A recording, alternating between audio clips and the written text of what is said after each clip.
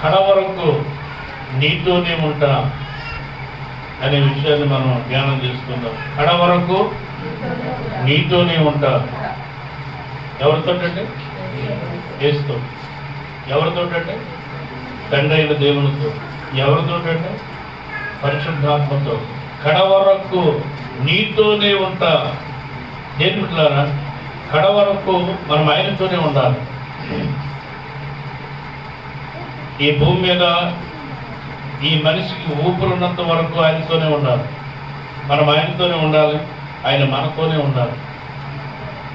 యోహాను సువార్త 19వ అధ్యాయము 26, 27 వచనాలు చూసినట్లయితే, యేసు తన తల్లియు తాను ప్రేమించిన శిష్యుడును దగ్గర నిలుచుండడు చూసి, అమ్మా ఇదిగో నీ కుమారుడని తల్లితో చెప్పాను. తర్వాత శిష్యుని చూసి, ఇదిగో నీ తల్లి అని చెప్పాను. ఆ గడియ నుండి ఆ శిష్యుడు ఆమెను తన ఇంట చేర్చుకునేను. దేనికి స్తోత్రం. పరిశుద్ధుడైన ప్రభ, చదవబడిన వాక్యాన్ని దీవించండి. కొద్ది నిమిషాలు నాతోనూ మాతోనూ మా అందరితో మాట్లాడి వచ్చిన బిడ్డలందరినీ దీవించండి. నారాయణ వారిని కూడా తోడుకుని యేసు పరిశుద్ధ నామంలో ఈ ప్రార్థన అడుగుతున్నాడు తండ్రి, ఆమేన్. కడవరకు నీతోనే ఉంటా. ఏం బిడ్డారా, యేసు ప్రభు సేవ ప్రారంభించిన దినాల్లో 12 మంది శిష్యులను ఆయన ఎన్నుకున్నాడు, అపోస్తులు. తరువాత 70 మంది శిష్యులు ఆయన వెంబడించారు, బోధించారు, ఆయన బోధలు విన్నారు, ఆయన అద్భుత కార్యాలు చూశారు, ఆయన ఆశ్చర్యమైన కార్యాలు చూశారు, ఆయన పంచిన రొట్టెలు తిన్నారు, పంచిన చేపలు తిన్నారు, మేలులు పొందారు, ఉపకారాలు పొందారు, ఎన్నో కార్యాలు చూశారు పిల్లలు. ఆయనకి శ్రమ రాగానే, ఆయనకి శోధన రాగానే, రోమా ప్రభుత్వం వల్ల ఆయనకి ఇబ్బందులు రాగానే, ఆయనకి మరణం సమీపించగానే, ఆయన్ని పట్టుకోగానే, హింసించగానే పిల్లరా, ఈ 70 మంది శిష్యులు ఏమైపోయారో అర్థం కాలేదు. కూడా తిరిగిన వారు, వెంబడించిన వారు, బోధలు విన్నవారు, వాడు కూడా అన్నవారు, అభిషక్తుడు అన్నవారు, మెస్సయ్య అన్నవారు, ఆయన మహిమపరిచిన వారు, ఆయన ద్వారా ఎన్నో కార్యాలు చూసిన వారు ఏమైపోయారు అర్థం కాలేదు.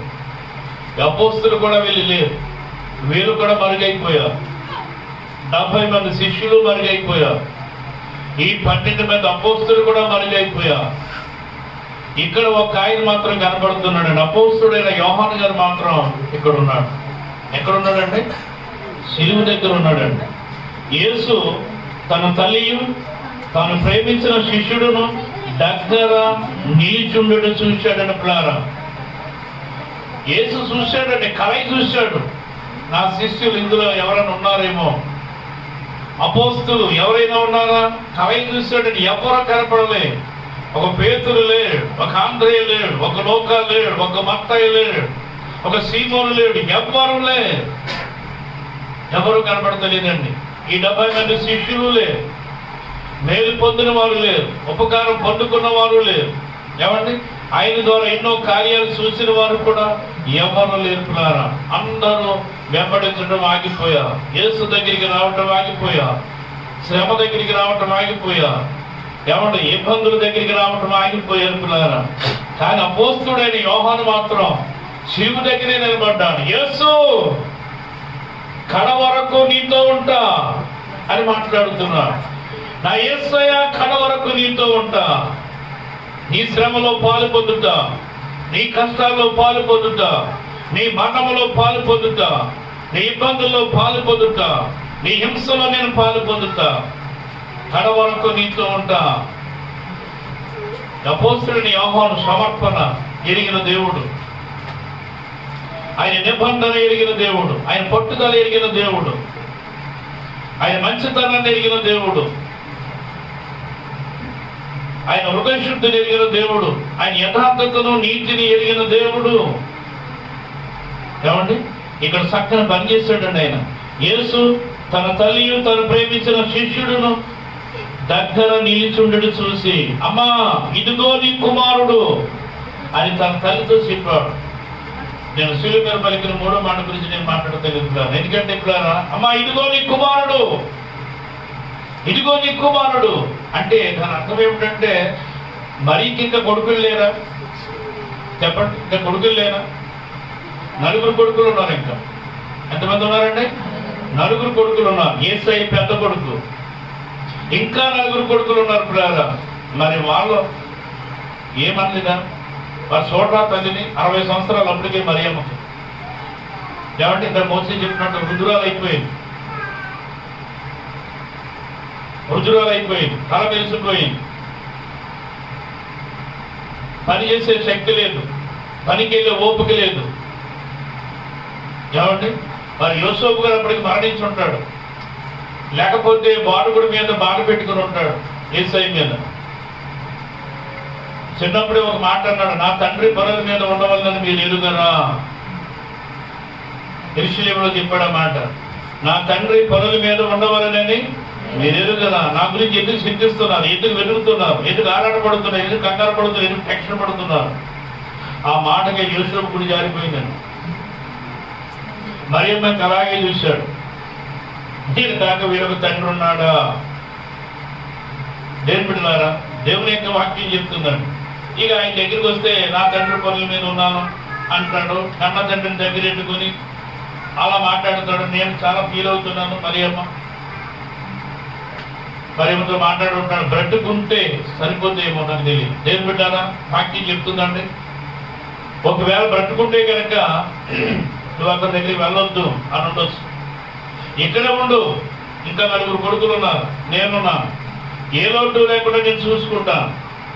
మరియా నువ్వు ఇబ్బంది పడొద్దు, సిలువైతే వేయని, మరణిస్తే మరణించని, చనిపోతే చనిపోని, అతనికి మనకు సంబంధం లేదు, అతని మరణానికి మనకు సంబంధం లేదు, అతనితో మనకి సంబంధం లేదు. సహోదరులు కూడా అలాగే మాట్లాడవచ్చు. అమ్మ 4 కొడుకులు ఉన్నాం, చక్కగా చూసుకుంటాం నిన్ను, నీకేం భయం లేదు. ఒకవేళ ఆయన దగ్గరికి మేము వచ్చినా ఒకటే మాట అంటాడు. సరే అన్నాడు కదండి, ఆయన చోట బోధిస్తుంటే తల్లి తన కొడుకులు తీసుకుని వస్తుంది. అన్న దగ్గరికి వెళ్దాం, ఎలా ఉన్నాడో ఏంటో చూసేద్దాం, సన్నగా నీళ్ళు పెట్టి వాళ్ళు రానన్నారు. ఆయన గారు భద్రతను తీసుకొచ్చిందండి. ఎక్కడో చెట్టు కింద నిలబడి నేను ఒక ఇంటికాడ బోధిస్తుంటే ఒక దారిపోయి దానిని పంపిందండి. అయ్యా ఆయన బోధిస్తున్న నా పెద్ద కొడుకు, ఆయన తల్లి నేను, ఆయన తమ్ముడు వీళ్ళందరూ అంటే ఆయన సొంతంగా వస్తానని చెప్పని కౌరు పంపింది. బోర్డు దగ్గరికి రాలేదు, వాక్యం దగ్గరికి రాలేదు, మనకులాగా వచ్చి వాక్యం దగ్గర కూర్చోలేదు. మరియు అనుకుంది నా పెద్ద కొడుకే కదా బాధపడని యేసయ్య రక్షకుడు. వీళ్ళు అనుకున్నారు నా అన్నయ్యే కదా బోధించేవాడని. వాడికి వాళ్ళకి సంబంధం లేదు, సతికి వాళ్ళకి సంబంధం లేదు, యేసుకి వాళ్ళకి సంబంధం లేదు, ఆత్మకి వాళ్ళకి సంబంధం లేదు, పరలోకానికి వాళ్ళకి సంబంధం లేదు. ఎందుకంటే ఇప్పుడు ఏమండి, దేవుని యొక్క వాక్యం చెప్తుందండి, వాళ్ళు దూరంగానే ఉన్నా, దగ్గరికి రాలేదు. కానీ చాలా మంది ఆయన బోధ వింటూ ఉన్నా, ఆనందిస్తూ ఉన్నా, విడుదల పొందుతూ ఉన్నా, నెమ్మది పొందుతూ ఉన్నా, శాంతి పొందుతూ ఉన్నా, సంతోషాన్ని పొందుతున్నా, కీటుని తప్పించుకుంటున్నా, శోధనుడు తప్పించుకుంటున్నా, దేవుడిలారా అనేకమైన మేలులు పొందుతూ ఉన్నా. కానీ వాళ్ళు మాత్రం దూరంగా ఉన్నారు కుటుంబ సభ్యులు. కౌరు పంపారు. ఆయన చెప్పాడు, అయ్యా నీ తల్లి నీ సహోదరులు అక్కడ చూస్తున్నారని. ఆయన ఉంటే అన్నాడు, ఇక్కడ కూర్చుని నా తండ్రి మాటలు వింటున్నా, మీరు ధన్యులు, మీరే నా తల్లి, మీరే నా సహోదరులు, మీరే నా సోదరీమణులు అని మాట్లాడాడు. ఈ మాటలు వాళ్ళు విన్నారు. ఆ కొడుకులు కూడా తల్లిని అలాగే చూశారు. నాకు తెలుసమ్మా అని అలాగే చెప్తాడు. మనం లెక్క చేయడు, మనం పక్కన పెడతాడు. అడిగిన మేము రానని చెప్పాం, నువ్వు పట్టుదల కలిగి మమ్మల్ని తీసుకుని వచ్చావు. తల్లిని నిందించారు వాళ్ళు. ప్రబలదులు పిల్లారా, ఇలాంటి పరిస్థితులన్నీ కూడా వాళ్ళు కూడా మనసులో బాధ పెట్టుకున్నారు. యోసేపు కూడా మనసులో బాధ పెట్టుకున్నాడు.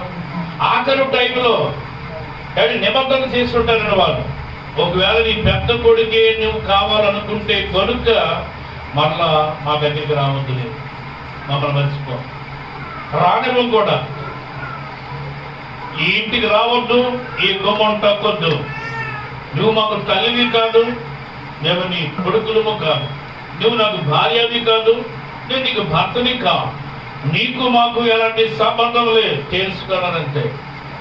కానీ మరియా నాకు రక్షకుడే కావాలి, ఆయన నన్ను విడిచిపెట్టిన వాడు విడనాడిన వాడు, ఆయన దగ్గరికి వెళితే నాకు జీవం ఉన్నది, ఆయన దగ్గరికి వెళితే నాకు ధన్యత ఉన్నది, ఆయనే నాకు కావాలి. పర్వాలేదు, నేను లేకపోయినా నాకు పర్వాలేదు, నా రక్షకుడే నాకు కావాలి. మరియమ్మ సిలువ దగ్గరికి పరుగును వచ్చిన ప్రభువును పిల్లారా, ఆంతర్య ఎరిగిన దేవుడు గొప్పవాడు. జరిగింది ఆయనకు తెలుసు, జరుగుతున్నది ఆయనకు తెలుసు, జరగబోయేది కూడా ఆయనకు తెలుసు. మరియమ్మకి ఏం జరిగింది ఇంటి దగ్గర అంతా తెలుసు ఆయనకి. తన తల్లిని ఎలా అన్నారో కూడా తెలుసు ఆయనకి. అందుచేత ఆ సిలువ దగ్గర నిలబడినప్పుడు ఏమండి యేసు అంటున్నాడండి, మరియను తాను ప్రేమించిన శిష్యుడు యోహానును చూసి ఏమన్నాడండి, తాను ప్రేమించిన శిష్యుడు దగ్గర నిలిచిండు చూసి, అమ్మా ఇదిగో నీ కుమారుడు అని తన తల్లితో చెప్పారు. తర్వాత శిష్యుని చూసి ఇదిగో నీ తల్లి అని చెప్పాడు. ఇదిగో నీ తల్లి, ఇదిగో నీ తల్లి. లేకుంటారా బంధం ఏర్పాటు చేస్తాడండి. ఏమండి ఆయన నమ్ముకున్న ఆయన పిల్లలను ఎన్నడూ విడిచిపెట్టడండి, విడనాడండి. బాప్తిసం పొందుకున్నప్పుడు నిబంధన చేస్తాం మనం నీటిలో. కష్టమైన బాధ అయినా, ఇరుకైన ఇబ్బంది అయిన, సమస్య అయినా, యేసయ్యా నీతో నేనే ఉంటా, నియమక కూడికల్లో పాలు పొందుతా, పునరుత్థాన దినం ఆదివారం నేను పాలు పొందుతా, ప్రతి కుడుకుల్లో నేను పాలు పొందుతా. నేను బిజినెస్ మ్యాన్నైనా, ఉద్యోగస్తునైనా, వ్యవసాయస్తునైనా, కార్మికునైనా, కార్మికునైనా ఒక డ్యూటీ చేసుకుంటున్నా, నా యొక్క ఆ టైంలో నీకు దశమ భాగాన్ని నేను ఇస్తాను ప్రభా. మరణమగు వరకు నీతో నేను ఉంటా, నేను విడిచిపెట్టను, కడ వరకు నీతో కొనసాగుతాను ప్రభా. ఎలాంటి ఇబ్బందులు వచ్చినా, సమస్యలు వచ్చినా వెనకాడను, వెనదీయను అని బాప్తిసం పొందుకున్నప్పుడు మనం ఆయనకి మనకు నిబంధన ఉంటుంది పిల్లలు. వివాహం జరుగుతున్నప్పుడు కూడా భర్త భార్యతోనూ, భార్య భర్తతో నిబంధన చేసుకుంటారు. కష్టమైన, రోగమైన, నష్టమైన, ఇబ్బంది అయినా కడ వరకు నీతోనే కాపురం చేస్తాను, నేను విడిచిపెట్టను భార్య చెప్తాడు, భర్త కూడా చెప్తాడు. ప్రేమిస్తాను, ఆదరిస్తాను, అన్ని విషయాల్లో కూడా నీకు మంచిగా చూసుకుంటాను, ఎన్నడూ కూడా నిన్ను ప్రాణం పోయేటంత వరకు కూడా నిన్ను విడిచిపెట్టను అని. ఈ రెండు చోట్ల నిబంధనలు జరుగుతాయి. ఒకటి బాప్తిసం, రెండు వివాహం. దేని బిడ్డారా కడ వరకు పిల్లారా, కడ వరకు నీతోనే ఉంటా. యోహాను, అపోస్తలుడైన యోహాను యేసు సిలువ దగ్గర నిలబడ్డాడు.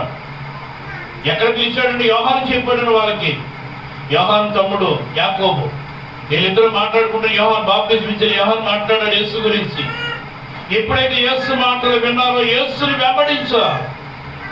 ఆ రోజు మొదలుకొని యేసు సిలువకు వెళ్ళేటంత వరకు ఈ అపోస్తలుడైన యోహాను యేసుని విడిచిపెట్టలేదు. పేతురు మాత్రం ప్రధాన యాజకుడు ఇంటి వరకు వెంబడించాడండి. ఎంత కష్టమైనా సరే వెంబడించి ఆ ఇంటి వరకు దూరంగా నడిచాడండి, యేసుకు దూరంగా. ఎవరి నడిచి ఏమవుతుందో, ఏం జరుగుతుందో, నా యేసు నా బాధకుని ఏం చేస్తారో. ప్రధాన యాజకుడు ఇంటి దగ్గరికి ఎటువంటి సామాన్యమైన విషయం కాదండి. ఎంతో మంది సైనికులు ఉంటారు, ఎన్నో భయంకరమైన జంతువులు ఉంటాయి. ఎవరు ఆ ఇంటి వరకు వెళ్ళలేరు, ఎవరికి సాధ్యంగా ఆ సైనికుడికి తప్ప. కానీ పేతురు ప్రాణానికి తెగించి వెంబడించాడు. కానీ ఆ ఇంటి వరకునే వెంబడించాగిపోయాడు. ఈ యోహాను మాత్రం పిల్లలు సిలువ వరకు వెంబడించాడు, కడ వరకు వెంబడించాడు. ప్రబంధన పిల్లల ప్రాణం పోయినా పర్వాలే, నా యేసు నాకు కావాలి. ఎవరి కడ వరకు వెంబడించాడు, సిలువ దగ్గర నిలబడ్డాడు. ఎందుకంటే బాధ్యత కలిగిన వాళ్ళకి భారాలు అప్పగిస్తాడు దేవుడు. నమ్మకంగా ఉన్న వారికి భారాలు అప్పగిస్తాడు దేవుడు. స్థిరంగా ఉన్న వాళ్ళకి బాధ్యతలను అప్పగిస్తాడు దేవుడు. చిన్న దాని మీద నమ్మకంగా ఉన్న వారికి పెద్ద పట్టణాలని అప్పగిస్తాడు నా ప్రభు. ఆయనతో మంచి నిబంధన కలిగినప్పుడు, సమర్పణ కలిగినప్పుడు, తీర్మానం కలిగినప్పుడు, ఒప్పందం కలిగినప్పుడు, కడ వరకు వెంబడిస్తున్నప్పుడు చక్కని పరిస్థితిని ప్రభు మనకు అనుగ్రహించబోతున్నాడు. ప్రభావంతుని పిల్లరా, యోహానుకి తన తల్లిని అప్పగించా, తన తల్లికి యోహానుని అప్పగించా. ఏమండి, ఎంత నమ్మకస్తుడు కాకపోతే తన తల్లిని అప్పగిస్తాడు ఆయనకి? ఏమండి, చూడకపోతే అప్పగిస్తాడా? అప్పగించిన వాడు మనుషుడు కాదు, ఒక అధికారి కాదు, ఒక నాయకుడు కాదు, సాక్షాత్తు సృష్టికర్త అయిన దేవుడు. ఆయన అప్పగించాడు. ఎంత నమ్మకస్తులో యోహాను ఆలోచించడు పిల్లారా. యోహాను వల్ల మనం ఉన్నామా? యేసుని వెంబడిస్తుంటే లోకంలో ఎన్నో ఆకర్షణలు ఉన్నాయి, ఆఫర్లు ఉన్నాయి. దేవుని పిల్లలకి ఎన్నో ఆఫర్లు, ఎన్నో ఆకర్షణలు ఉన్నాయి. ఎప్పుడు ఏ ఆకర్షణకి లోబడిపోతావో తెలియదు, ఎప్పుడు ఏ ఆఫర్కు లోబడిపోతావో తెలియదు, ఎప్పుడు యేసుని విడిచిపెడతావో తెలియదు, ఎప్పుడు వాక్యాన్ని విడిచిపెడతావో తెలియదు, ఎప్పుడు సంఘాన్ని విడిచిపెడతావో తెలియదు, ఎప్పుడు సాహసాన్ని విడిచిపెడతావో తెలియదు, ఎప్పుడైనా సన్నిధిని విడిచిపెడతావో తెలియదు, ఎప్పుడైనా దుఃఖ పెడతావో తెలియదు, ఎప్పుడైనా గాయపరుస్తావో తెలియదు, ఎప్పుడైనా ఏడిపిస్తావో తెలియదు, ఎప్పుడు ఆగిపోతావో తెలియదు. ప్రభువుని పిల్లారా, ఈ లోక ఆకర్షణ అలాంటివి అండి. నువ్వు యేసుతో సాగుతున్నప్పుడు పిల్లారా, యేసుతో నడుస్తున్నప్పుడు పిల్లారా, యేసుని వెంబడిస్తున్నప్పుడు పిల్లారా, ఎన్నో పరిస్థితులు మనకు ఎదురవుతాయి. కష్టాలు ఎదురవుతాయి, దుఃఖాలు ఎదురవుతాయి, నిందలు ఎదురవుతాయి, అవమానాలు ఎదురవుతాయి. ఏమండి, ఎందుకంటే ఎన్నో ఆకర్షణలు నీ ముందుకు వచ్చి నిలబడతాయి. ఏం చేస్తావు? వాటికి పక్కన పెడతావా? పో బయటికి. ఈ ఆకర్షణ నా గొడ్డు, నీకంటే నా యేసై గొప్పవా? ఓ ఆకర్షణ, నీకంటే నా పరలోకం గొప్పది. ఓ డబ్బా, నీకంటే నా దేవుడు గొప్పవాడు. ఓ అధికారమా, నీకంటే నా దేవుడు గొప్పవా? ఓ మనుషుడా, నీకంటే నా దేవుడు గొప్పవాడు. ఓ లోకమా, నీకంటే నా దేవుడు గొప్పవా? ఆ దేవుడిని నేను వెంబడిస్తా, నిన్ను నేను వెంబడించలేదు. నీ ఆకర్షణ నాకొద్దు, నీ ఆఫర్ నాకొద్దు అని దేవుని పిల్లలకు కావాలి. యోహాను అలాగే ఉన్నాడు.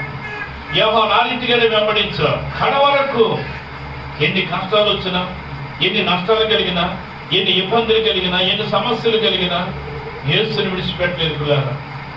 ఈరోజు మన పరిస్థితి ఆలోచించండి. చిన్న బాధ కలిగితే మనం విడిచిపెట్టేస్తున్నాం, చిన్న ఇబ్బంది కలిగితే మనం విడిచిపెట్టేస్తున్నాం, మనసుకు నొప్పి తగిలితే విడిచిపెట్టేస్తున్నాం, చిన్న మనసుకి గాయం తగిలితే మనం విడిచిపెట్టేస్తున్నాం. యేసు దేహం అంతా గాయాలే, యేసు దేహం అంతా రక్తమే, యేసు దేహం అంతా దెబ్బలే, యేసు దేహం అంతా నలిగిపోయిందే, యేసు దేహం అంతా నలగొట్టబడ్డదే. అయినా మనల్ని ప్రేమించాడు ఆయన. అయినా మన కోసం శిలువను విడిచిపెట్టలే, శ్రమను విడిచిపెట్టలే, దుఃఖాన్ని విడిచిపెట్టలే, బాధను విడిచిపెట్టలే, కన్నీని విడిచిపెట్టలే, ఆ శ్రమను విడిచిపెట్టలేదు. ప్రభువుని పిల్లారా, అలాగే యోహాను కూడా యేసుని విడిచిపెట్టలే. ఈయనతో ఉంటేనే నాకు జీవితం, ఈయనతో ఉంటేనే నాకు ధన్యత, ఈయనతో ఉంటేనే నాకు పరలోకం, ఈయనతో ఉంటేనే నాకు జీవితం, ఈయనతో ఉంటేనే నాకు కిరీటం, ఈయనతో ఉంటేనే నాకు సింహాసనం. లోకంతో ఉంటే నాకు నరకం, డబ్బుతో ఉంటే నాకు నరకం, అధికారంతో ఉంటే నాకు నరకం, మనుషులతో ఉంటే నాకు నరకం, పాపముతో ఉంటే నాకు నరకం, అబద్ధముతో ఉంటే నాకు నరకం. ఎందుకంటే ఈ లోక ఆఫర్స్, ఈ లోక ఆకర్షణలతో ఉంటే పిల్లారా యేసు మనకు దొరకడండి పిల్లారా. యేసుతో మనం ఉండలేము, ఆయనతో మనం నడవలేము. ప్రభువుని పిల్లారా, యోహానుకి ఎన్ని వచ్చి ఉండొచ్చు, ఎన్నో ఆఫర్లు వచ్చాయి, ఎన్నో ఆకర్షణలు వచ్చాయి. అయినా యోహాను ఏ ఆకర్షణకి లోబడలేదు. ఒక స్త్రీకి కానీ, ఒక డబ్బుకి కానీ, ఒక అధికారానికి కానీ, ఒక తిండికి కానీ, ఒక లోకానికి కానీ, ఒక పాపానికి కానీ, ఒక అన్యాయానికి కానీ, ఒక అబద్ధానికి కానీ, ఏ ఆఫర్కి, ఏ ఆకర్షణకి లోబడలేదు యోహాను. అందుకనే కడ వరకు ఆయన్ని వెంబడించాడు. ప్రభువుని పిల్లారా, ఈరోజు నీవైనా నేనైనా మన పరిస్థితి ఎలాగుందో ఒక్కసారి ఆలోచించినట్లయితే నిజంగా ధన్యులమవుతాం. ప్రభువుని పిల్లారా, యోహాను అంటున్నాడు, వాడు కూడా నీతోనే ఉంటానయ్యా, నీ సిలువ దగ్గర నిలబడ్డా, నీ శ్రమలో నేను నిలబడ్డానయ్యా. ఎవరో లేరు, ఆ 70 మంది కనపడలేదు, ఆ అపోస్తులు కూడా కనపడలేదు. ప్రభువుని పిల్లారా, చూడండి రూతు గ్రంథంలో కొంచెం ఒక మాట. రూతు 1వ అధ్యాయం, రూతు గ్రంథం 1వ అధ్యాయం 16 వచ్చిన చదువుతుంది చూడండి. అందుకు రూతు నా వెంబడి రావద్దని దయ్యం అంటుందండి. వినండి, అందుకు రూతు అమ్మా నా వెంబడి రావద్దు, నాకు వయసు లేదు, నాకు ఆరోగ్యం లేదు, నేను మరలా పెళ్లి చేసుకోలేను, పిల్లలను కనలేను, అంతవరకు మీరు ఉండలేరు, నా వెంబడి రావద్దు, మీరు మోయాబు దేశంలోనే ఉండిపోండి, అక్కడే పెళ్లిళ్ళు చేసుకోండి, అక్కడే పిల్లలను కనండి, అక్కడే కుటుంబాలుగా కట్టబడండి, అక్కడే బ్రతకండి అని చెప్తుందండి. ఏమండి అంటే ఆపర్చించే వాళ్ళు కూడా ఉంటారండి. ఏం పర్వాలేదు, ఏం పర్వాలేదు, వయసు ఉంది కదా, ఏం పర్వాలేదు, ఆరోగ్యం ఉంది కదా, ఏమీ పర్లేదు, లోకాన్ని నడిపించే వయసు కదా నీది, ఏం పర్వాలేదు, లోకంలోకి వెళ్ళి పర్వాలేదులే, నువ్వేనా పెద్దోడువా, అరందవదారువా, ముసలోడువా, మొక్కోడువా, ఏం కాదు కదా, ఎంజాయ్ చేసే వయసు, సంతోషించే వయసు, పరిగెత్తే వయసు, ఆడే వయసు, పాడే వయసు, వెళ్ళు, ఏం కాదు, ఎంజాయ్ చేయి అంటుంది నయోమి. ఇలాంటి అత్తగారులు అంటే కోడలు చాలా ఇష్టపడతారండి. అయితే మా అత్తగారు చాలా మంచిది, మంచి ఆపరేషన్ నాకు అనుకుంటారు కోడలు. ఏమంటే దేవుని బిడ్డలారా, నయోమి అంటుందండి, నా వెంబడి రావద్దు. చదువమ్మా. అందుకు రూతు నా వెంబడి రావద్దని, నన్ను విడిచిపెట్టమని, నన్ను బతిమాలు కొనవద్దు అటమా. దయచేసి నువ్వు ఒక మధురం, నువ్వు ఒక మధురం, నువ్వు ఒక వాక్యం, నువ్వు ఒక సంఘం, నువ్వు ఒక సమాజం, నువ్వు ఒక ఆరాధన, నువ్వు ఒక కీర్తన, నువ్వు ఒక పరిచర్య, నేను విడిచిపెట్టను, నేను విడిచిపెట్టను. మోయాబు దేశంలో ఏమీ లేదు, మరణం ఉంది, శంకు ఉంది, సిబుకుంది, బాధ ఉంది, దుఃఖం ఉంది, వ్యాధం ఉంది, శోధన ఉంది, శ్రమ ఉంది, మరణం ఉంది. నా బుద్ధంతమ్మా, మోయాబు దేశంలో నెమ్మదులే, మోయాబు దేశంలో సంతోషంలే, మోయాబు దేశంలో ఆనందంలే, ఆత్మీయతలే. నేను మోయాబు దేశానికి వెళ్ళనంతమ్మా. దయచేసి మధురమైన నీవు నీతోనే ఉంటా, నన్ను బతిమాలుకోవద్దు, దయచేసి రావద్దు, నన్ను బతిమాలవద్దు, నేను నీతోనే ఉంటానంత. చదువు. నీవు వెళ్ళి చోటికి నేను వస్తాను, నువ్వు నివసించు చోటనే నేను నివసిస్తాను. అబ్బా ఏం తీర్మానం అంటే, నీ జనమే నా జనం, నీ దేవుడే నా దేవుడు. నీవు ఎక్కడైతే సరిపోతావో నేను అక్కడే సరిపోతాను, అక్కడనే పాతి పెట్టబడతాను. నువ్వెక్కడైతే బ్రతుకుతావో నేను అక్కడే బ్రతుకుతాను, నువ్వెక్కడైతే తింటావో నేను అక్కడే తింటాను, నువ్వెక్కడైతే ఉంటావో నేను అక్కడే ఉంటాను, నువ్వెక్కడైతే నడుస్తావో నేను అక్కడే నడుస్తాను, నువ్వే జన్మలో ఉంటావో నేను అదే జన్మలో ఉంటా. నీకేది ఇష్టమో నాకు అదే ఇష్టం. నిన్ను నన్ను మరణం తప్ప ఏ జీవనిద్దరిని వేరు చేయకూడదు. అట్ట కడ వరకు నీతోనే ఉంటా, కడ వరకు నీతోనే ఉంటా. ఎంత చక్కని తీర్మానం. ఇలాంటి కోడలు, ఇలాంటి అత్తగారు ఉండాలండి. దేవుని స్తోత్రం, హల్లెలూయా. ఆ ఇల్లు పరలోకమేనండి, నరకం అనేది ఉండదు. పరలోకం, పరలోకం, పరలోకం. అత్త కోడలు నచ్చుకున్నప్పుడు, కోడలు అత్త నచ్చుకున్నప్పుడు, అత్త నీ మాటే నా మాట, అత్త నువ్వు చెప్పినట్టుగానే నేను చేస్తాను అత్త. ఎంత మంచి మనసు ఉంటుంది. దేవుడారా, నీ జనమే నా జనం, నీ జనమే, నీ దేశమే నా దేశం. నీవున్న చోటనే నేను ఉంటాను, నువ్వు బ్రతికిన చోటనే నేను బ్రతుకుతానక్క. కడ వరకు నీతోనే ఉంటాను. ఇంత కష్టమైన పర్వాలే, నీ కొడుకు లేదని బాధపడుతున్నావు, పర్వాలేదు, నువ్వు ఉన్నావు, నాకు చాలు అంటుందండి. నీతోనే ఉంటా, నీతోనే జీవిస్తా, నీతోనే బ్రతుకుతా, నీతోనే తింటా. నువ్వు మరణిస్తే నేను కూడా మరణిస్తాను. నువ్వెక్కడ పార్టీ పెట్టబడతావు నేను అక్కడే పార్టీ పెట్టబడతాను. ఎంత చక్కని తీర్మానం. రోజుది ఆలోచించడం. ఋతు కూడా వయసు ఉంది, ఈడుంది, ఏమంటే అందం ఉంది, సౌందర్యం ఉంది, అన్నీ ఉన్నాయి, రూతుకి ఎన్నో ఆఫర్లు ఉన్నాయి, ఎన్నో ఆకర్షణలు ఉన్నాయి. కాబట్టి పొద్దుటే వెళ్ళిపోయిందండి, ఎక్కువ టైం పొలంలో గడిపేది, తక్కువ టైం ఇంటిగా గడిపేదండి. కాబట్టి నమ్మకంగా ఉంది. యవనస్తులను వెంబడించలేదు, పనివారిని వెంబడించింది, కోట కోసేవారిని వెంబడించింది, ఆ కోట యజమానైన బోయోజుని వెంబడించింది, పనివారిని వెంబడించింది, పని చేసుకుంది. యవనస్తులను వెంబడించలేదు, తన జీవితాన్ని పాడు చేసుకోలేదు, తన యొక్క బ్రతుకుని పాడు చేసుకోలేదు, తన వయసును పాడు చేసుకోలేదు. పరిశుద్ధతను కాపాడుకుంది, పవిత్రతను కాపాడుకుంది, తన శీలాన్ని కాపాడుకుంది. ప్రభావం పిల్లారా, ఎంత గొప్ప ధన్యత! లోక ఆకర్షణకి లోపడలేదు. ఎంతో మంది ఆకర్షించారు రూతుని, ఎంతో మంది ఆకర్షించారు రూతుని, కానీ ఏ ఆకర్షణకి కూడా ఆమె చోటు ఇవ్వలేదు. ప్రభువుని పిల్లారా, ఎంత గొప్ప వినయత, ఎంత గొప్ప వినయం! కడవరకు నీతోనే ఉంటా. యేసుతో ఉండాలంటే మాటలు కదండి,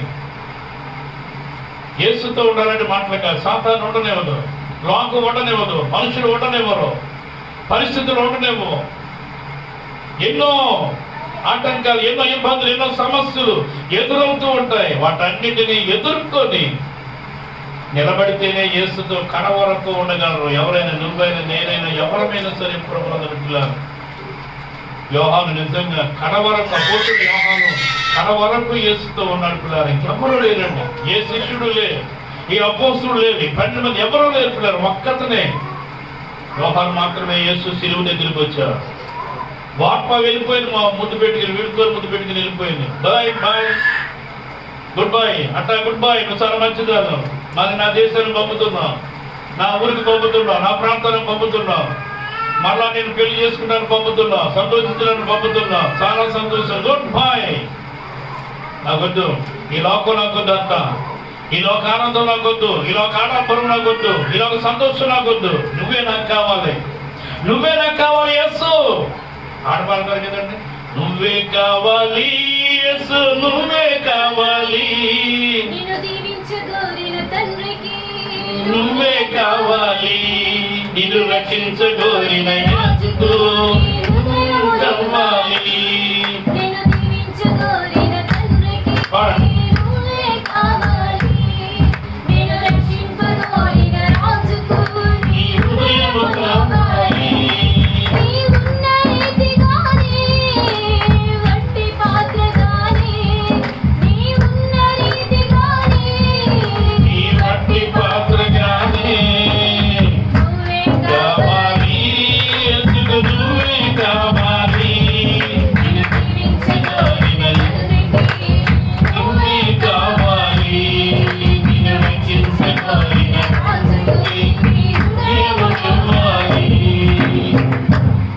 స్తోత్రం, హల్లెలూయా. అట్టా నీవే నాకు కావాలి. దైవం అంటే వాక్యం అండి. దైవం అంటే ఎవరు అనుకుంటారు? వాక్యం అండి. ఆది యందు వాక్యం ఉన్న వాక్యం, ఆ వాక్యమే దేవుడై ఉండేను, ఆ వాక్యమే కృపాసత్య సంపూర్ణుడిగా మన మధ్య నివసిస్తుంది. ప్రభువు నువ్వే కావాలట. ఎవరైనా చెప్పగలుగుతారా? నాకు లోకం వద్దు, వాక్యమే కావాలి, నాకు లోక భోగాలు వద్దు, నాకు వాక్యమే కావాలి, నాకు లోక సామాసం వద్దు, నాకు వాక్యమే కావాలి. నేను వాక్యం కోసమే పుట్టాను, వాక్యంలోనే పుట్టాను, వాక్యంలోనే పెరుగుతున్నా, వాక్యంతోనే సరిపోతా, అదే నాకు కావాలి.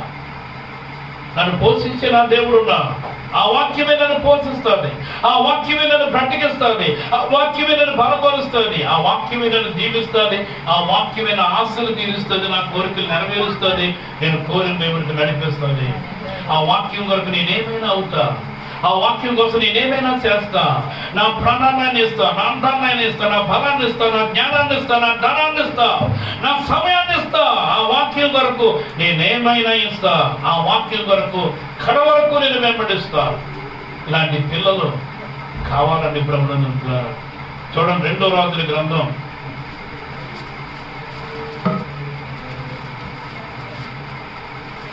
2వ అధ్యాయం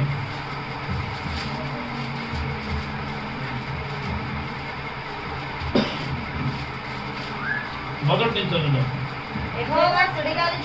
యెహోవా సుడిగాలి చేత ఏలియాను ఆకాశమునకు ఆరోహణము చేయబోయే కాలం ఏలియాయు ఎలీషాయి కూడి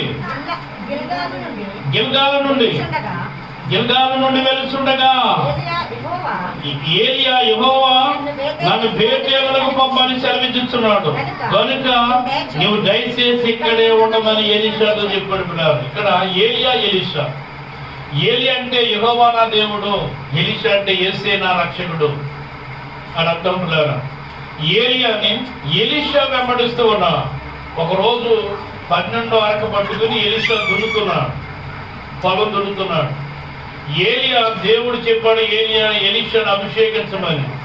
దుప్పడ పట్టుకుని వెళ్ళి ఎలీషా మీద అలా తాకేందంటే ఆ దుప్పడ అలా వేసాడు. ఆ నాగలు విడిచిపెట్టేసి ఏలియాను వెంబడించాడు ఎలీషా. అయ్యా, నేను ఇంటికి వెళ్ళి ఈ యొక్క విందుని ఏర్పాటు చేసి నా తల్లిదండ్రులను ముందు పెట్టుకుని నేను వచ్చేస్తానని చెప్పాడు. నేను బిడ్డ అక్కడ పరిచయం అయ్యాడు ఏలియాకి ఎలీషా. దేవుడు అక్కడ ఆకర్షించాడు, దేవుడు అక్కడ మాట్లాడా, దేవుడు ఎలీషాను అక్కడ సంధించాడు. పిల్లరా, ఆ రోజు మొదలుకొని ఈ రోజు వరకు కూడా చూడండి, ఆయన ఏలియా అహరోనుమై సుడిగాల్లో దేవుని దగ్గర వెళ్ళిపోయే సమయము ఆసన్నమైనప్పుడు ప్రభువుని పిల్లారా ఏలియా వెంట పడ్డాడు ఎలీషా. ఎక్కడ బయలుదేరారు? జర్నీ గిల్గాల్ నుండి బయలుదేరారండి. ఎక్కడ బయలుదేరారంటే గిల్గాల్ నుండి. మన జర్నీ కూడా అక్కడ నుండి బయలుదేరారు. గిల్గాల్ అంటే అర్థమేంటో తెలుసా? ద్రొల్లించుట. గిల్గాల్ అంటే ద్రొల్లించుట. ఎక్కడి నుండి? పాపము నుండి, శాపము నుండి, లోకము నుండి, లోకాశల నుండి, భోగాల నుండి, భోగేచ్చుల నుండి దొల్లించుట. మనుషుడు అక్కడే ఉన్నాడు, పాపంలోనే ఉన్నాడు, భోగంలోనే ఉన్నాడు, లోకంలోనే ఉన్నాడు, లోకాశల్లోనే ఉన్నాడు. అక్కడి నుంచి దొల్లింపబడాలి. ఏలియాతో నడవాలంటే, యేసుతో నడవాలంటే, పరిశుద్ధాత్మతో నడవాలంటే, సంఘంతో నడవాలంటే దొల్లింపబడాలి అక్కడి నుండి. నేను ఇక్కడే ఉండి నడుస్తానని కుదురుతానా? నేను ఇక్కడే ఉండి చెప్తాను, నేను ఇక్కడ ఉండి పాడతాను, ఇక్కడ ఉండి ఆడతాను, ఇక్కడ ఉండి ప్రార్థన చేస్తాను, ఇక్కడ ఉండి పరిచయం చేస్తాను, నేను ఇక్కడే ఉంటాను, నేను దొల్లింపబడను. నాకు ఇదంటే చాలా ఇష్టం, నాకు అంటే ఇష్టం, నాకు ఆశలంటే ఇష్టం, భోగాలంటే ఇష్టం, భోగేశ్వరంటే ఇష్టం, వాటితో పాటు యేసు కూడా ఇష్టమే. నేను ఇవి విడిచిపెట్టను, యేసుని విడిచిపెట్టను అంటే ఇప్పుడు అది భక్తి అంటారా? అది భక్తి కాదండి, అది భక్తి కాదు, అది వేషధారణ అంటారండి. దేవుని యొక్క వాక్యం చెప్తుందండి ఏమనంటే ద్రొల్లించుట, ద్రొల్లింపబడుట. గిల్గాలంటే ద్రొల్లించుట. ఏమండి? ఎలీషాను దొల్లించింది ఎక్కడి నుంచి? నాగలి నుండి, రైతు అనే పరిస్థితి నుండి, పొలము నుండి. ఏమండి? దొల్లించాడు, దొల్లింపబడ్డాడు. ఎక్కడ పడ్డాడు? దొల్లి దొల్లి దొల్లి ఏలియా దగ్గరికి వచ్చాడు. పిల్లలు దేవుని దగ్గరికి వచ్చాడు, యెహోవా దేవుడు. ఏమండి? వీళ్ళిద్దరూ గిల్గాల్ నుండి బయలుదేరాడు. దొల్లింపబడుట. నాకు నాగలికి సంబంధం లేదు, నాకు ఈ పనికి సంబంధం లేదు. నీకు నాకు సంబంధం ఉంది, పరలోకానికి నాకు సంబంధం ఉంది, వాక్యానికి నాకు సంబంధం ఉంది, నా దేవునికి నాకు సంబంధం ఉంది.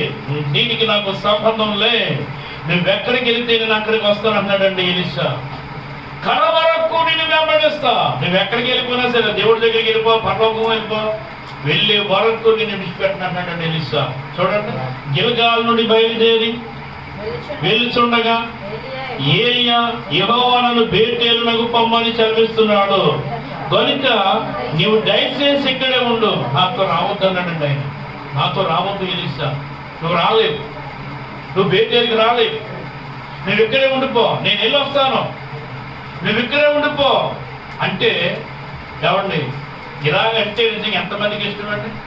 కాబట్టి నాయన అక్కడికి ప్రాంతం ఉంది, దయచేసి వెళ్దామా నాయన? బండి తీసుకొస్తావా? ఆటో తీసుకొస్తావా? లేకపోతే నాకు సైకిల్ ఉంది, సైకిల్ మీద వెళ్ళిపోదామా అన్నాను అనుకో. నీళ్ళు అడుగుతారు చాలా మంది. ఇలా చాలా పని ఉంది కదా, బయటికి వెళ్ళాలి కదా, మరి డ్యూటీకి టైం అయిపోతుంది కదా, కష్టం కదా. ఏదో కరక్కాయ రసం తాగినట్టు కొంచెం ఇష్టపడతారు. అలాగే అని పొద్దునైనా నేను వెళ్ళిపోతానంటే అబ్బాయి ఎంత సంతోషమో, వదిలిపెట్టి మా పాస్ గారు, ఇంకా మన పెద్ద మనం వెళ్ళిపోవచ్చు. అంత దూరం వెళ్ళాలంటే ఎక్కడ కుదురుతుంది? ఎవరు వెళ్ళగలరు? ఎన్నో పనులు ఉన్నాయి, భారాలు ఉన్నాయి అనుకునే రోజులు ఇవి. అనుకునే మనుషులు ఈ రోజు మన మధ్య ఉన్నాం. దేవుని బిడ్డలారా, కానీ నీలాంటి వాడు నాలాంటి వాడు కాదు ఎలీషా.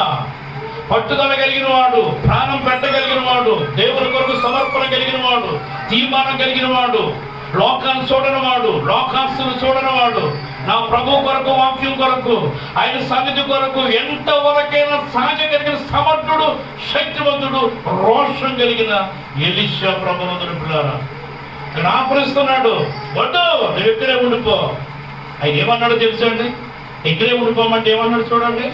ఎలీషా, యెహోవా జీవముతోడు, నీ జీవముతోడు నేను నిన్ను విడవను. రూతు ఏమన్నండి? నిన్ను నన్ను మరణం తప్ప ఏది వేసేదు. అట్టా నీతోనే ఉంటా, కడ వరకు నీతోనే ఉంటా, చనిపోయే వరకు నీతోనే ఉంటా. యోహాను ఏమన్నాడు? యేసు నీతోనే ఉంటా, నిన్ను విడిచిపెట్టను. శివుని దగ్గర ఎందుకు నిలబడ్డాను అన్నాడు ప్రభుత్వ. కడ వరకు దేవునితోనే ఉండా. దేవుని యొక్క వాక్యం చెప్తున్నాడు. ఎలీషా అన్నాడు, యెహోవా జీవంతోడు, నీ జీవంతోడు, నీతోనే ఉంటాను, నీ కూడానే వస్తాను, నేను వెళ్ళను, నేను ఆగను. బా, ఇంత పట్టుదల ఉంటే దేవుడు కూడా నేను ఏం చేయలేదు. దేవుడు కూడా నేను ఏం చేయలేదు. రానా కుమారుడా, రానా కుమార్తె, హ్యాపీగా నిన్ను తీసుకుని వెళ్తాడు. హ్యాపీగా నేను ఆశీర్వదిస్తాను. ఆయన దగ్గర ఉన్న సిరులు, ఆయన దగ్గర ఉన్న అభిషేకం, ఆయన దగ్గర ఉన్న దీవెన, ఆయన దగ్గర ఉన్న మహిమ, ఆయన దగ్గర ఉన్న ప్రభావం నీకు నాకు అనుగ్రహించడానికి ఆయన సమర్థుడు. లోకంలోకి అయితే ఎంత లెక్కనే వెళ్ళిపోతాం మనం. లోకం కోసం ఎంత లెక్కని దేశాలు దాటేద్దాం, జిల్లాలు దాటేద్దాం, రాష్ట్రాలు దాటేద్దాం, పట్టణాలు దాటేద్దాం, పల్లెలు దాటేద్దాం, నదులు దాటేద్దాం, పర్వతాలు దాటేద్దాం. మన కోసం ఎన్నైనా దాటేద్దాం, ఎన్ని దేశాలను దాటేద్దాం. దేవుని కోసం ఒక రోడ్డు కూడా దాటలేదు. బస్సులు చేస్తున్నాయి, ట్రాఫిక్ పెరిగిపోయింది అంటాం, అనమంటే దూరం అయిపోయింది. దేవుని కోసం ఒక గల్లీ దాటవు, ఒక రోడ్డు దాటవు, ఒక కష్టం దాటి రాలేవు, ఒక నష్టం దాటి రాలేవు, ఒక ఇబ్బంది దాటి రాలేవు, ఒక నింద దాటి రాలేవు, ఒక సమస్య దాటి రాలేవు. ఎంత భయంకరం. నీ కోసమైతే ఎన్నైనా దాటేస్తావు, ఎంత లెక్కైనా వెళ్ళిపోతావు, ఎంత దూరమైనా వెళ్ళిపోతావు, ఎన్ని గంటలైనా ఉంటావు, ఎన్ని రోజులైనా ఉంటావు. దేవుని కోసం ఒక గంట ఉండటానికి కూడా కష్టపడతాం ప్రభుత్వం పిల్లలు. చూడండి వాక్య భాగంలో, యెహోవా జీవంతోడు, నీ జీవంతోడు, నీతోనే వస్తాను నాయన. రామ కుమారుడు. బేతెలు అంటే ఏంటో తెలుసండి? దేవుని మందిరం. బేతెలు అంటే ఏంటండి? దేవుని మందిరం. దేవుని దగ్గర రావడం మంచిదే కదండి. ఎంత ఆశీర్వాదం. ఏమండి, దేవుని బోధ వినటానికి, జ్ఞానాన్ని పొందుకోవటానికి, ఆత్మీయతను పొందుకోవటానికి, అభివృద్ధిని పొందుకోవటానికి దేవుని మందిరానికి మనం రావాలి. దీవించబడటానికి, ఆశీర్వదించబడటానికి, ఆయన మహిమపరచబడటానికి, మన కుటుంబాలు వర్ధిల్లటానికి దేవుని మందిరానికి మనం రావాలి. రావటం మంచిది. యెహోవా మందిరంలోనికి రావటం మంచిది. ఆయన గుమ్మంలో ప్రవేశించడం మంచిది. కృతజ్ఞతలు తెలియజేయటం మంచిది. పాడటం మంచిది. ఆరాధించడం మంచిది. సువార్త ప్రకటించడం మంచిది. సాక్ష్యం చెప్పటం మంచిది. దీవించబడతావు. దేవుడులారా, బేతేలునకు రమ్మంటున్నాడు. బేతేలునకు నేను వస్తాను, ఇంకా కూడా బేతేలుకు కూడా అన్నాడు. ఇప్పుడు బేతేలుకి వెళ్ళిపోయారండి. కాబట్టి అక్కడ ఉన్న శిష్యులు అంటున్నారు చూడండి, కొంతమంది 50 మంది ఉన్నారు జనాంగం. అక్కడ బేతేలులో ఉన్న ప్రవక్తల శిష్యులు ఎలీషా దగ్గరకు వచ్చి, నేను యెహోవా నీ యొద్ద నుండి నీ గురువును పరమకు తీసుకుని వెళ్ళిపోతున్నాడు అన్న సంగతి నీకు తెలుసా ఎలీషా? మరి తెలుసుండి నువ్వు ఎందుకు వెంబడిస్తున్నావు? నీకు పనులు లేవా? నీ బాధ్యతలు లేవా? నీ కుటుంబం లేదా? ఫ్యామిలీ లేదా? పిల్లలు లేదా? వ్యవసాయం లేదా? నువ్వు వ్యవసాయకుడు కాదా? నువ్వు పంటలు పండించవా? దుక్కు దున్నవా? విత్తనాలు చల్లవా? నీరు కట్టవా? పంటలు కొయ్యవా? నీకు ఇదే పనా? ఏమండి, నీ గురువు వెళ్ళిపోతున్నాడు, ఆ దేవుడు తీసుకుని వెళ్ళిపోతాడు. మరి నువ్వేంటి కానీ వెంబడిస్తావు? 50 మంది అంటున్నారంటే, ఈరోజు దేవుని వెంబడించే వాళ్ళని ఎన్ని మాటలు అంటుందో లోకం. ఒక్కోసారి ఇంట్లో వాళ్ళు అంటారు, ఒక్కోసారి స్నేహితులు అంటారు, ఒక్కోసారి బంధువులు అంటారు, ఒక్కోసారి చుట్టుపక్కల వాళ్ళు అంటారు. అవసరం అంటావు ఈ రాత్రి గడుపు వెళ్ళటం, ఈ మధ్యాహ్నం వెళ్ళటం, ఎండను వెళ్ళటం, వానలు వెళ్ళటం, చలిని వెళ్ళటం అవసరం అంటావా? పిల్లలు వదిలిపెట్టి చనిపోతున్నాం, భర్తలు వదిలిపెట్టి వెళ్ళిపోతున్నాం, ఇల్లు వదిలిపెట్టి చనిపోతున్నాం, భయపడుతూ కొరకు వెళ్ళిపోవాలి. అది అవసరం అంటే వారానికి సాయంత్రం సరిపోదా? ప్రతి రోజు వెళ్ళిపోవాలా? ఎందుకంటే పిల్లరా, ఇలాంటి వాళ్ళు ఇంకా ఉన్నారు ప్రభుత్వం పిల్లరా. ఎలీషా ఆటంకపరుస్తున్నారు కానీ వాళ్ళ మాట ఎంత మాత్రం లెక్క చేయలేదు. అదొకటి ఊరుకుంటారా? నోరు మూయండి దయచేసి, నోరు మూయి. నా ఇష్టం, నా నిర్ణయం, నా తీర్మానం. నా గురువు నేను వెంబడిస్తాను, నా ప్రవక్త నేను వెంబడిస్తాను, నా దేవుడు నేను వెంబడిస్తాను. నీకెందుకయ్యా? నువ్వెందుకు ఆపుతావు? ఎవరిని నోరు మూసుకున్నారండి? మళ్ళీ వెంబడిస్తున్నాడు చూడండి. ఏమంట ఎలీషా, యెహోవా నన్ను ఎరుకోకు పొమ్మని చెప్తున్నాడు. నువ్వు దయచేసి ఇక్కడే ఉండు. ఏంటి ఎక్కడికి వెళ్ళమన్నాడు? మళ్ళీ ఎరుకో. ఎరుకో అంటే ఏంటంటే తెలుసండి?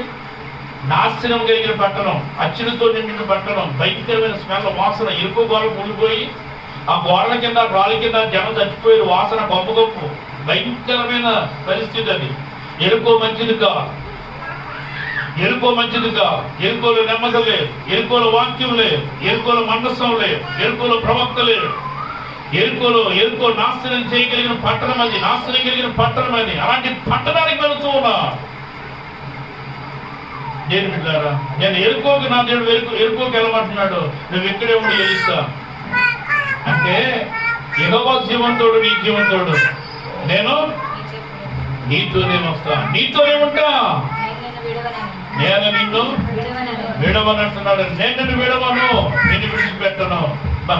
ఎంత చక్కని పరిస్థితి అండి. ఏమంటే కొంతమంది ప్రార్థనకి వెళ్ళే ఏరియా బాగుంటేనే వెంబడిస్తారు. కొంతమంది ఏరియా బాగుండాలి, లైన్ క్లియరెన్స్ ఉండాలి, ఆటో దొరికేలా ఉండాలి, బస్సు దొరికేలా ఉండాలి, అక్కడ ఎటువంటి గడిపి ఉండకూడదు, ఆ గృహస్థులు కూడా మంచి వాళ్ళు అయి ఉండాలి. ఏమంటే అలాగైతే వెంబడిస్తారండి. అది మీ ఎరుకోలాంటిది అయితే బాబోయ్ నేను అక్కడికి రాలేనైనా, అక్కడికి రాలేను, ప్రార్థన బాబు ఎక్కడికైనా వస్తుంది కానీ.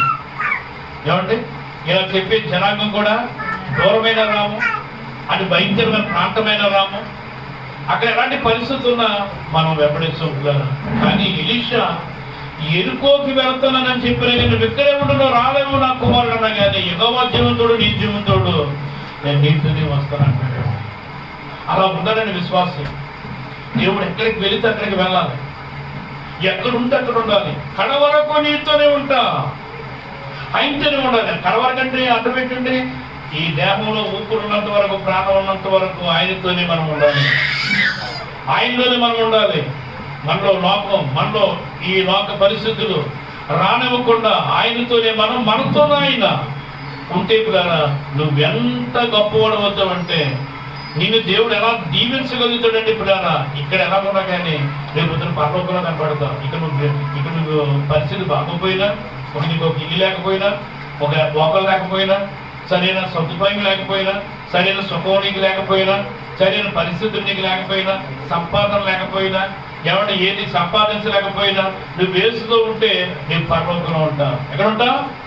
పరలోకంలో ఉంటావు. ఒకవేళ ఉన్నా కానీ అన్ని ఉన్నా నువ్వు వేస్తూ ఉంటే పరలోకంలో ఉంటావు. అన్ని ఉన్నా వేస్తూ లేకపోతే నువ్వు పరలోకంలో ఉండవు. ఏమీ లేకపోయినా వేస్తూ లేకపోతే పరలోకంలో మనం ఉండవు. ఏంటంటారా ఇక్కడ వాక్యం చెప్తుందండి, నేను ఎరుకోకి వెళుతున్నాను, దయచేసి నువ్వు ఇక్కడే ఉండు. యెహోవా జీవంతుడు, నీ జీవంతుడు, నేను కూడా ఎరుకోకి వస్తాను అన్నాడండి. ఏమండి అక్కడ ఉన్న శిష్యులు మళ్ళీ అడుగుతున్నారు, ఎరుకులు కొంతమంది శిష్యులు ఉన్నారండి. వాళ్ళు అంటున్నారండి, నీ గురువును పరమలకు తీసుకుని వెళ్ళిపోతున్నాడు దేవుడు, నువ్వు ఎరగవా? నోరు మూసుకొని అన్నాడు. నోరు మూసుకో, నాకు తెలుసు, నేను తెలుసుండే వెంబడిస్తున్నాను, నేను తెలుసుండే వెంబడిస్తున్నాను, నాకు తెలుసు. యేసును శిలువేస్తానన్న సంగతి యోహానుకు తెలియదని తెలుసు, అని వెంబడించాడు. మరణిస్తాడన్న సంగతి తెలుసు, వెంబడించాడు. శిలువ మీద మరణిస్తాడన్న వెంబడించాడు.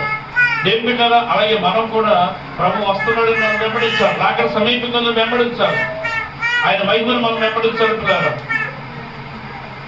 వాక్యం చెప్పేది ఏమిటంటే పిల్లారా అక్కడ కూడా ఎలీషా తగ్గకుండా ఏలియాను వెంబడిస్తూ ఉన్నాడు. పిల్లలు అక్కడి నుంచి మళ్ళీ ఎక్కడికి బయలుదేరారు?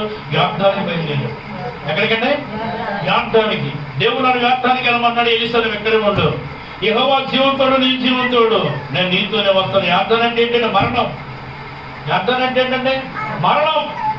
వేసవ కాలంలో కూడా నీళ్లు గట్టి మీద ప్రొల్లి పారుతూ ఉంటాయండి. అది లోతైన నది, చాలా లోతైన నది. అంటే దాని అర్థం ఏంటంటే లోతైన అనుభవం కలిగిన జీవితం.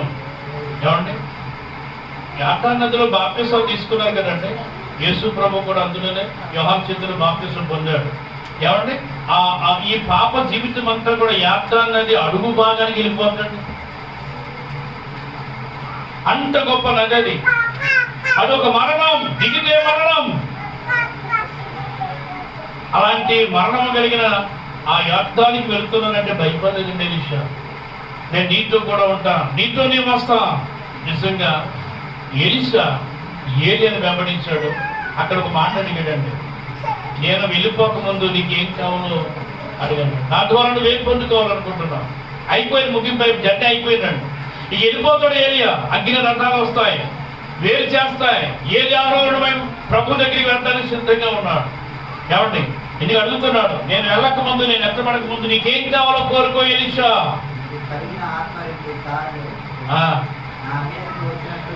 నాకు ఇది లేదు మామా, ఇల్లు ఇచ్చేదైనా అందులో బతుకుతాను తెచ్చిపోయే వరకు అన్నాడా? నాకు డబ్బులు ఏమైనా ఒక కట్టించేదైనా శుభ్రంగా బతుకుతాను తెచ్చిపోయేదాకా అన్నాడా? అనలేదండి. ఏమన్నాడా? నీకు కలిగిన ఆత్మలో 2 పాళ్ళు నాకు దయచేయి. అసలు వెంబడించినందుకు నీకు కలిగిన ఆత్మలో 2 పాళ్ళు నాకు దయచేయి అన్నాడండి.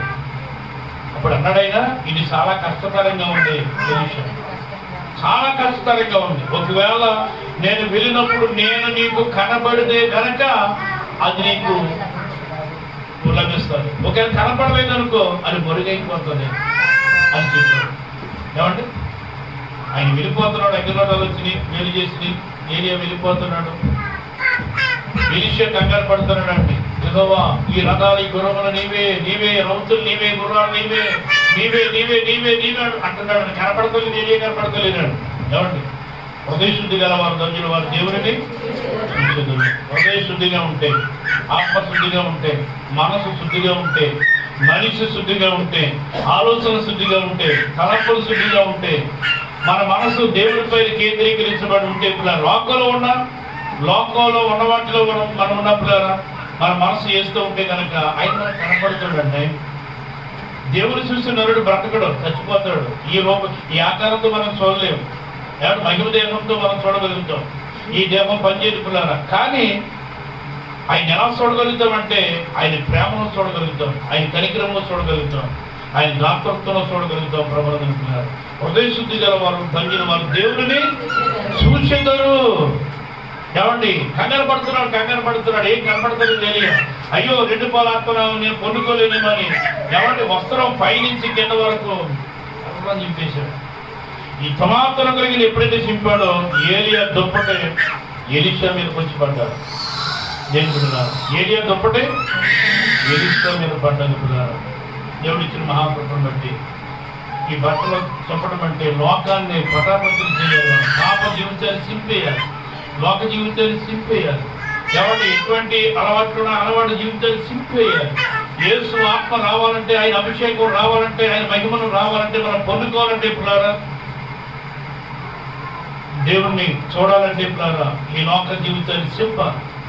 అప్పుడే దేవుడు మనం కనికరిస్తాడు పిల్లారా. చూడండి 2 పాల ఆత్మ. ఏలియా 16 అద్భుతాలే చేశాడు. ఎలీషా 32 అద్భుతాలు చేశాడు. ఏలియా ఆకారం చేసిన అద్భుతం ఎలీషా ప్రారంభంలోనే చేశాడు పిల్లారా. ఏలియా ఆకారం చేసిన అద్భుతం ఎలీషా ఆకారం ఏ అద్భుతం చేశాడు. ఏలియా దుప్పటిని బట్టి ఆకారాన్ని కొట్టాడు, అది 2 పాయలు గీడిపోయింది, కలిసి వెళ్ళిపోయాడు. ఎలీషా కూడా వచ్చినప్పుడు అదే దుప్పటి 2 నేత్రాలను కొట్టాడు, 2 పాయలు వచ్చి ఎంతో నడిచి చేశాడు.